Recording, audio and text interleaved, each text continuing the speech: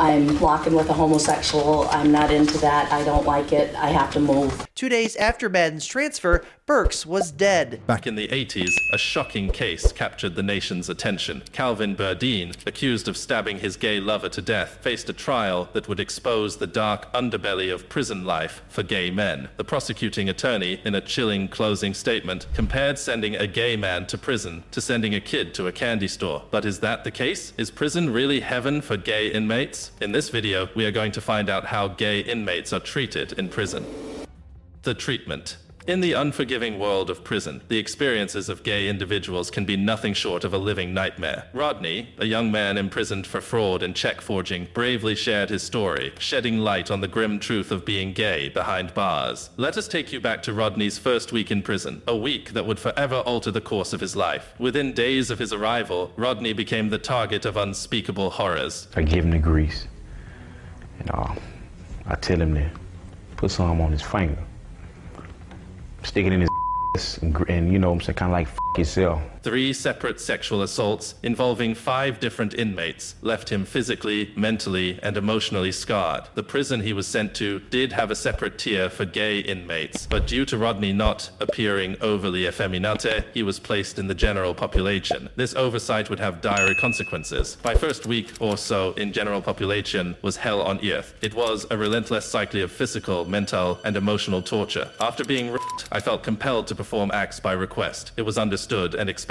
I had no means to protect myself, being only 23 and scared for my life. Fearful of the repercussions, Rodney dared not report the assaults. He was warned that his life would be in jeopardy if he did so. In the harsh prison hierarchy, being labeled a snitch was far worse than being called a Rodney quickly learned that in jail, there was nothing heavenly about being intimidated into performing sexual acts. It was plain and simple. True enough, I am attracted to men, and always have been. But in life, outside, it's my choice whom I share a bed with. It's intimate and personal. Having my mouth and aggressively penetrated by several strangers is anything but. As Rodney's days turned into a living nightmare, he found himself caught in a web of power dynamics within the prison. One of his rapists took a particular interest in him and purchased him from the tier representative for a mere $20. This transaction, while seemingly consensual, essentially enslaved Rodney to his new prison husband. I did whatever my prison husband wanted or needed. I cleaned his cell, washed his clothes, prepared his food, and fulfilled his sexual desires. In return, he kept other inmates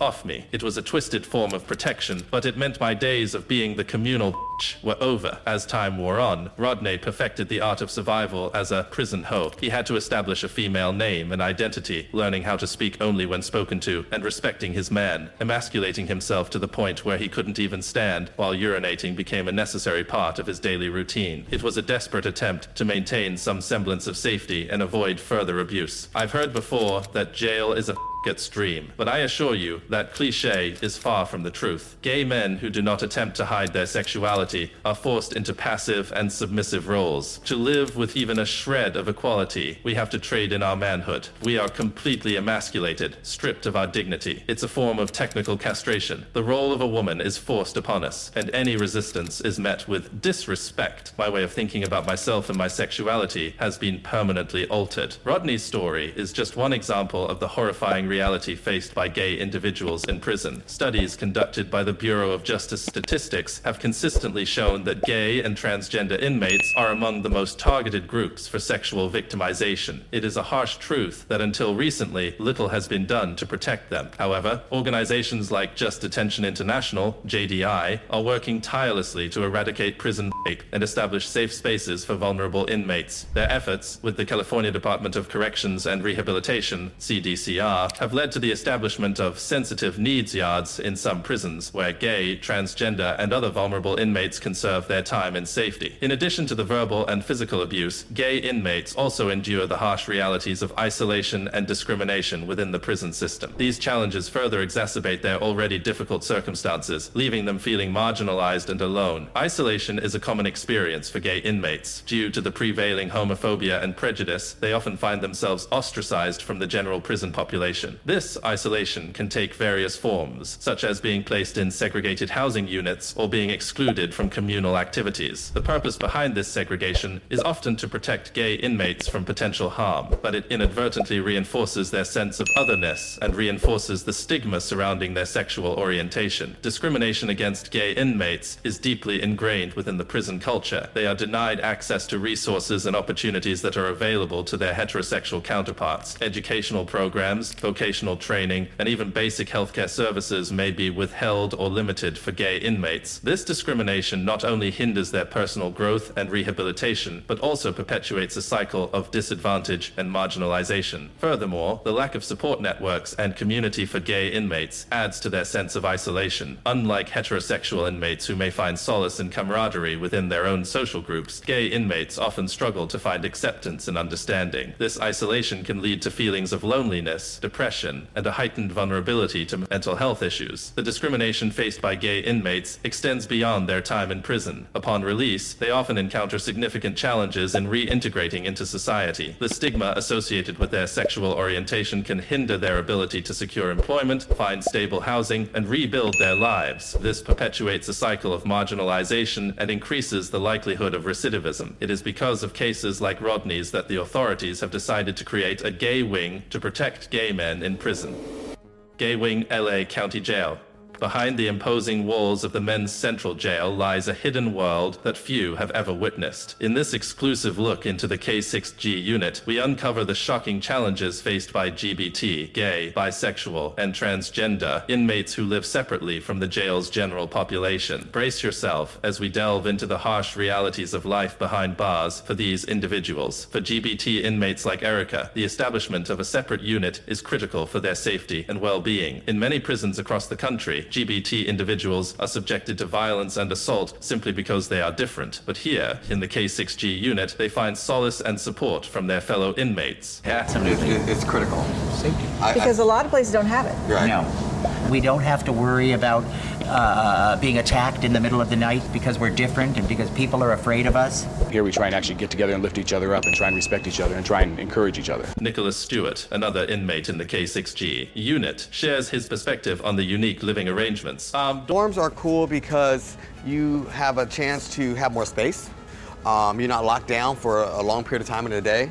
And you can just kind of like interact with people on an everyday basis. But privacy, that's the rarest commodity here. They're all housed 2 feet from each other, and everyone's watching everyone else's business. The lack of privacy is just one of the many challenges faced by GBT inmates in the K6G unit. But perhaps the most striking difference lies in the role of race. In the general population, inmates often congregate along racial lines, leading to tensions and conflicts. However, in the K6G unit, interracial intermingling is the norm. Here, race becomes the least important factor, and any attempt to push racial politics is met with disapproval. This emphasis on unity and acceptance translates into a significant reduction in violence compared to the mainline unit. Stephen, who has experienced time in both units, describes the mainline as a battlefield where inmates constantly worry about their safety and the potential for fights and further punishment. Our main line is a battlefield. You have to worry about who you're going to wake up, if you're going to wake up the next morning, if you're going to have any extra holes in your body, if you're going to get in a fight, if you're going to pick up any more time. For GBT inmates like Erica Anderson, life in the general population would be a constant threat to their safety. However, even within the K6G unit, there are still divisions based on social and economic status, as well as HIV status. Associations are formed based on where inmates hang out, such as Hollywood or downtown, as a means of added safety. These associations provide a sense of security in an otherwise challenging environment. Inmates are asked questions to help identify their sexual orientation. It's important for the guards to understand their experiences and ensure their safety. Some of the questions may seem bizarre, but they are designed to gauge familiarity with the LGBTQ+ community. While fights do occur in the K6G unit, they are primarily related to relationships and breakups. With a large population of gay men, it's natural for relationships to form, leading to occasional conflicts. Life behind bars is never easy, but for gay and transgender inmates, it can be particularly dangerous. In the general population of the jail, there is a constant threat of violence and discrimination. Erica Anderson, a 33-year-old transgender woman, shares her experience. There's a lot of people that go to extreme measures just to get at homosexuals or transgenders. It's a constant battle for survival. In a surveillance video from the general population, we witness the harsh reality faced by these inmates. An inmate manages to escape from his cell and brutally attacks a handcuffed inmate, stabbing him with a homemade knife. This shocking incident highlights the dangers that gay and transgender inmates face on a daily basis. The fear of violence and the constant need to be on guard takes a toll on the mental and emotional well-being of these inmates. They live in a state of constant anxiety, never knowing when they might become the target of an attack. In the general population, privacy is a luxury that gay and transgender inmates do not have. They share cramped living spaces with other inmates, often with bunk beds stacked on top of one another. The bathroom facilities offer no sense of privacy, with toilets out in the open. This lack of personal space and privacy further adds to the challenges faced by these inmates. Despite these difficulties, the gay and transgender wing at LA County Men's Jail provides a glimmer of hope. It offers a safe space where gay and transgender inmates can find solace and support. The wing is specifically designed for non-violent offenders from the LGBT community, providing them with an environment where they can serve their sentences without fear of violence or discrimination. The gay and transgender wing at LA County Men's Jail is not just a safe space, but also a place of transformation. Inmates are offered a variety of special classes that address their unique needs and challenges. One of the key focuses is on helping inmates deal with drug addiction, a common issue among those in the wing. 2/3 of the inmates in the wing actively participate in these classes, recognizing the value of changing their lives instead of accepting a path of continued addiction. The classes provide a structured environment where inmates can learn about the root causes of their addiction and develop strategies for recovery. In addition to addressing drug addiction, the gay and transgender wing also offers educational opportunities. Inmates can take part in classes that help them earn their high school diploma or work towards obtaining a college degree. These educational programs not only provide inmates with valuable knowledge and skills, but also instill a sense of hope for a brighter future. The educational programs within the gay and transgender wing aim to break the cycle of incarceration and equip inmates with the tools they need to reintegrate into society upon their release. By providing access to education, the jail recognizes the importance of empowering inmates to build a better future for themselves. But even within the wing, complications can arise. Relationships can develop among the inmates, despite sex being technically against the law. To address the issue of disease prevention, a controversial program makes condoms available to the inmates. While this program has sparked debates, its intention is to prioritize the health and well-being of the inmates. The gay and transgender wing is not without its challenges. Inmates live in cramped spaces with bunk beds stacked on top of one another. The shared bathroom facilities offer no privacy, with toilets out in the open. However, for many inmates, these challenges are outweighed by the opportunities for growth and transformation that the wing provides. The gay and transgender wing at LA County Men's Jail has provided a lifeline for individuals like Erica Anderson, who have faced numerous challenges in their lives. Erica, a transgender woman with a unique appearance and tattoos, struggled to find employment and faced discrimination in the outside world. Erica's story is just one example of how the gay and transgender wing has provided a sense of direction and purpose for inmates. Within the wing, they are given the opportunity to focus on personal growth and development, free from the constant fear and discrimination they faced in the outside world. Inmates like Erica have access to classes that address their unique needs, such as drug addiction recovery and educational programs. These classes not only equip them with valuable skills, but also instill a sense of hope for a brighter future. The inmates are encouraged to embrace the chance to turn their lives around and make positive changes. The gay and transgender wing not only offers a safe space, but also fosters a sense of community among the inmates. They find solace in connecting with others who have faced similar struggles and discrimination. This camaraderie provides a support system that is crucial for their journey towards rehabilitation and reintegration. The wing also acknowledges the complexities of human relationships. While sex is technically against the law within the jail, relationships can develop among the inmates. To prioritize the health and well-being of the inmates, a controversial program makes condoms available to prevent the spread of disease. This program aims to address the realities of human nature while still maintaining a focus on safety and protection. Within the wing, inmates live in cramped spaces, sharing rooms with bunk beds stacked on top of one another. The bathroom facilities offer no privacy, with toilets out in the open. Despite these challenges, the inmates remain resilient and focused on their personal personal growth and transformation. The gay and transgender wing at LA County Men's Jail is not just a correctional facility. It is a place of hope, redemption, and second chances. It provides a unique opportunity for individuals from the LGBT community to rebuild their lives and find a sense of purpose. Through the support of the programs and the camaraderie of fellow inmates, they are able to overcome their past and embrace a brighter future.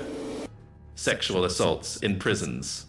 More now on disturbing surveillance video uncovered recently of a white inmate stabbing 4 black inmates handcuffed to a table inside the Southern Ohio Correctional Facility.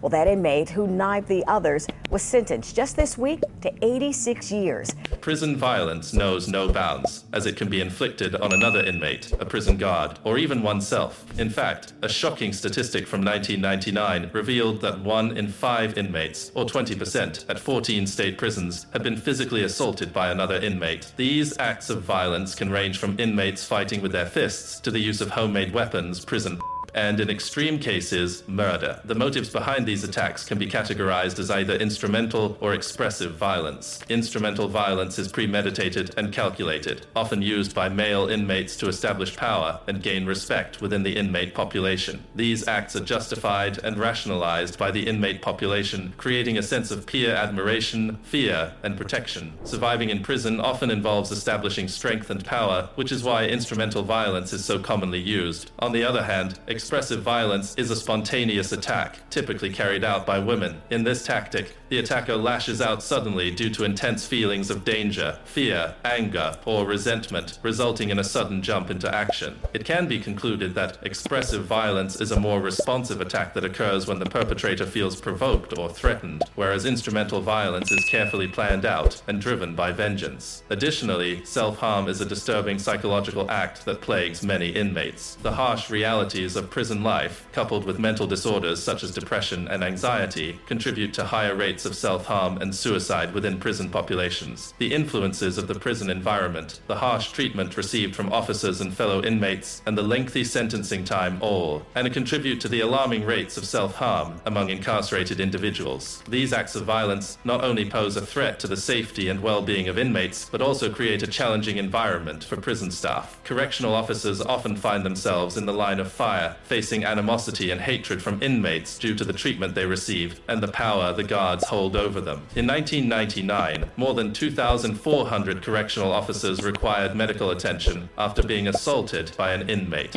According to a 2002-2003 study, most guards were assaulted through the use of clubs. Inmates tend to use weapons of opportunity when attacking an officer, utilizing everyday objects that become weapons in their hands. The reasons behind this hostility towards guards can be attributed to the treatment inmates receive, including instances of extreme force and humiliation. While there may be situations where force is necessary for the safety of officers and other inmates, the implementation of uncalled for actions can reasonably cause animosity and fuel inmate attacks on guards. The acts of violence within prisons are deeply rooted in the dynamics of power, survival, and the challenging environment that inmates and guards face on a daily basis. Understanding the motives behind these acts is crucial in addressing the issue and implementing effective violence prevention measures. Now that we have explored the acts of violence within prisons, let's delve into the underlying causes that contribute to these alarming incidents. While the diversity of inmates with varied criminal backgrounds plays a significant role, there are several other factors at play. One major factor contributing to prison violence is overcrowding. Many prisons face the challenge of handling a large number of volatile inmates, which increases the likelihood of altercations. The sheer volume of individuals within the prison system makes it difficult for authorities to maintain control and enforce strict rules and regulations. Furthermore, a shortage of guards exacerbates the issue. With limited staff, it becomes increasingly challenging to assert authority and maintain order. Inmates who are prone to violence may take advantage of the understaffed conditions, knowing that there will always be moments when they are not being closely monitored. The physical design of the prison also plays a crucial role in the occurrence of violence. Prisons can have either indirect or direct supervision, each with its own strengths and weaknesses. Indirect supervision involves placing correctional officers in enclosed booths where where they monitor inmates through a bird's eye view and communicate primarily through an intercom system. While this form of supervision enhances officer safety, it creates blind spots, allowing inmates to conceal illicit activities from security staff. On the other hand, direct supervision involves assigning officers to specific cell blocks, allowing for more personal interactions with inmates. While this form of supervision may lead to decreased tension and stress among staff and inmates, it also leaves officers more vulnerable to sudden acts of violence when their attention is focused elsewhere. Another significant factor contributing to prison violence is the presence of security threat groups, commonly known as prison gangs. These highly dangerous groups seek control and dominance within the prison system, often resorting to violent acts to establish their authority. Gang members communicate through coded messages, coordinating attacks on rivals and individuals listed on the bad news list. This list circulates among gang members, marking individuals who have stolen from affiliates, failed to repay drug debts, or are suspected of ratting someone out. The influence of security threat groups extends beyond prison walls, with extensive communication systems coordinating criminal activities both inside and outside of prison. These gangs play a significant role in instigating and perpetuating violence within correctional facilities. The combination of overcrowding, understaffing, prison design, and the presence of security threat groups creates an environment where violence is more likely to occur. Addressing these underlying causes is crucial in effectively preventing and reducing prison violence. While preventing all instances of prison violence may seem like an insurmountable task, prisons are implementing various measures to mitigate these incidents and create a safer environment for both inmates and staff. One crucial aspect of violence prevention is the careful balancing of cells. When new inmates enter the prison system, correctional officers thoroughly examine their backgrounds, including possible gang affiliations and any history of racism or anger issues. By strategically placing inmates in cell blocks where they are less likely to clash with others, prisons aim to minimize conflicts and reduce the potential for violence. Reducing blind spots is another important measure in violence prevention. While it is impossible to monitor every inch of the prison at all times, prisons are taking steps to minimize blind spots and increase surveillance coverage. This includes strategically placing cameras, mirrors, and other monitoring devices to ensure a more comprehensive view of inmate activities. Training and education for correctional officers play a vital role in violence prevention. By providing officers with comprehensive training on conflict resolution, de-escalation techniques, and effective communication, prisons aim to equip them with the necessary skills to handle minor altercations without resorting to force or violence. Additionally, officers are educated on the psychology of inmates, gaining a deeper understanding of the challenges and hardships they face. By treating inmates with respect and dignity, officers can foster an environment that promotes mutual respect and reduces the likelihood of violent incidents. Understanding the psychological factors that contribute to inmate behavior allows officers to respond more effectively and empathetically, diffusing potential conflicts before they escalate. In extreme cases, supermax facilities are utilized to isolate the most dangerous and influential inmates. These facilities restrict inmates' freedoms and limit their interactions with others, effectively removing them from the general prison population. While this measure helps to neutralize the influence of these individuals, it also poses the risk of creating more vengeful and resentful inmates when they eventually return to the general population. Prisons are continuously exploring new strategies and technologies to enhance violence prevention. This includes the development of advanced surveillance systems, improved training programs, and the implementation of innovative rehabilitation programs aimed at addressing the underlying causes of violence. That brings us to the end of this video. For more interesting videos like this, click on the cards on your screen.